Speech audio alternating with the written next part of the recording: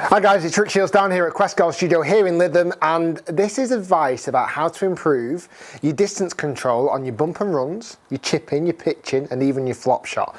This was a question that was fired across on Facebook by Dave Tipper, and I thought it was a very interesting one because it can actually be quite a simple way of knowing your distances with really short shots, with bump and runs, with flop shots and with pitches. And I think most people watching this video will not do it. I can almost guarantee. I'm gonna ask you a quick question before we start. How many of you know how far you hit exactly the number, or within a few yards, a half swing with a sand wedge? How far do you hit that shot? And if you go in roughly, it's not good enough. We need to know exacts. And there's no excuse for not knowing exact distances with short shots, because we can pretty much do it. We can measure these shots with a plain flat field and a few golf balls. Very simple methods. And then we can start building a little bit of a matrix or a chart up with exactly how far we hit our full shot with our sand wedges, our half shots, our 3/4 shots, our bump and runs, even our flop shots. It can be measured. And I'm sure most people watching this video will carry in their bag a rangefinder or a GPS or some sort of gadget that tells you how far you're away from the green, but then we don't know enough about our clubs to know how far or what shot we should hit to hit said distances. And it can be super simple. I'm going to explain it a little bit. I would recommend starting this whole process off with one singular club. Just one. Just do the process with one club and already you will start to reap the benefits. I'm going to, for this example, use my 56, but I would recommend for most of you to use a lofted club that you're comfortable with. That might be for some of you a gap wedge or a lob wedge or a pitching wedge, whatever it may be, a comfortable club but with plenty of loft. And then we're going to start to work out what swing hits what distances. And you don't need expensive launch monitors to do this, you really don't. I promise you need a flat field, a playing field ideally, or a practice ground at your golf course, or a driving range with very good markers, but even then I still think you can get more precise than that. And hit shots with different swing lengths and see how far they go. And measure it and chart it. And then you've got a sat-nav, a map of exactly how far you hit every club. So what I'm suggesting is hit some shots, work out the distances, and then actually chart it on a map, on a chart, to know how far. So I think the first starting point for this would be to find out how far you hit a full sand wedge. So start off by hitting golf shots with full sand wedge shots. In fact, let me just, I'm going to tell you mine as well. I'm just going to pull it up on GC2 in front of me because it's the easiest way. I don't need the launch monitor. So I'm just going to pull up the shots on the launch monitor in front of me. It's the quickest way, potentially the most accurate, but not the most cost effective because not everyone owns a launch monitor, realise that, and it's quite expensive to hire one. So, right, I'm going to hit a full shot first, my 56. So my sand wedge. You're not going to go at it. So that carried at 92. And I'd probably hit maybe 3 or 4 of those shots so that I'm working out an average carry distance. And it's very much carry distance we're looking for. That was 94. I've got one more. You can do as many of these as you want, but I wouldn't go too crazy because once you've hit about 5 or 6, you've probably got the distances.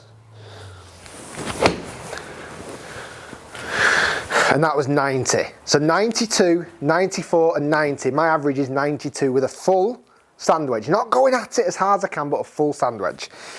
But then we've got to start to work out, well, how can we control distances now? How can I hit a 3/4 shot? Now the word 3/4 can be translated in many different ways. We can either think of one of my favourite ones as a massive clock around me. 12 at the top, 6 at the bottom, 9 over here and 3 here. And practice swings that go back to certain times on that swing. One of my favourite techniques is just using my left arm. It's currently pointing towards 6 o'clock at the bottom. I would swing back to 10 o'clock and then swing my right arm through to 2 o'clock. So that would feel like my 3/4 swing. That doesn't work for everyone. Some people can't visualize the clock, so like other references. So another reference for the same swing would be this time I'm going to try and get the grip to my shoulder. So I'm going to take the grip on the way back to my shoulder and then through to my shoulder on the other side. Again, it's the same swing, but it's just a different way of thinking about it. Others like to think of it in percentages. So if I was saying my full swing is 100% and a swing that goes to halfway is only 50, well, I'm going to swing at 65, 70%. But already you can see, I don't think percentages and numbers are quite as clear as actual positions. Because suddenly then you start guessing, is it 60, is it 65, is it 70? But I'm not ruling it out. I personally don't think it works for me, but there'll be some out there that go, yeah, I can visualize 60%, 70%, it's dead easy for me. Same swings apply, 70%, 70%. And then go through the process again, hit some shots. Hit 3 or 4 and work out your distances. I'm not going to hit loads because obviously I want to condense the size of the video. So 10 o'clock to 2 is my swing thought. And that time that's carried at 82. So I've knocked 8 yards off that. I think I hit that a bit too hard, in fairness. And that's a trick, trying to keep the speed consistent without slowing down too much. Just because we've gone shorter length doesn't mean we actually need to slow down. We can keep the steady pace through the ball as consistent as we can. So 10 to 2. That was more like it. More like the type of 10 to 2 shot I'd like to hit. That was 78. So very important you do that, and again hit probably 5 minimum. If you're on a plain practice ground, go and walk out. Go and have a look, go and do the old-fashioned pacing it out. Or if you've got a bushnell, leave a golf bag of where you've hit from, walk out to the place where the golf balls are surrounded, bushnell back to your bag, it gives you some distances. Importantly, write them down. Write them down. Then you can go shorter, you can go 9 o'clock to 3 o'clock, 8 to 4 o'clock, you can do all the gaps. Again, just sticking with the one club at the moment. Then, this doesn't stop at just pitching. You can do this on bump and runs, you can do this on chip shots, you can do this on flop shots. We need to know how far, what length of swing hits what distance. Because it's a reliable action. We've got loft, we present the same loft as long as we don't change the ball position too much. Got the same loft, we can hit repeatable actions that carry the same distances.